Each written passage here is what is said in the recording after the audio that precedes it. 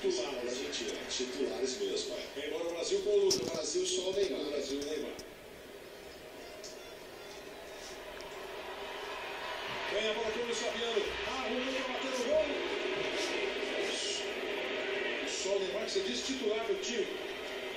Os três Lucas é titular hoje em dia, né? O Damião, o Luiz Fabiano tá voltando hoje. E do meio para trás aqui, ninguém é titular, né? O Paulinho, a defesa toda. Não tem sido. Não tem sido, não. Vai para a cobrança de escanteio. O time do Brasil. Jadson na bola. Se mexe. Vai para trave. Abriu a cobrança. Apertou. Tá vindo a bola na chance do gol. Tira. Consegue tirar bem.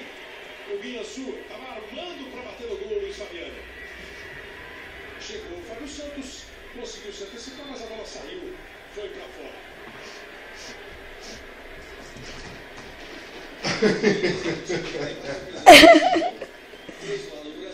Desistiu. Caiu.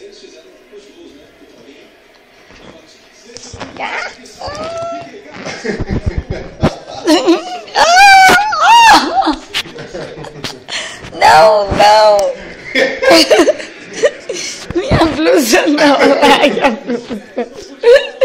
Larga mesmo. Larga mesmo.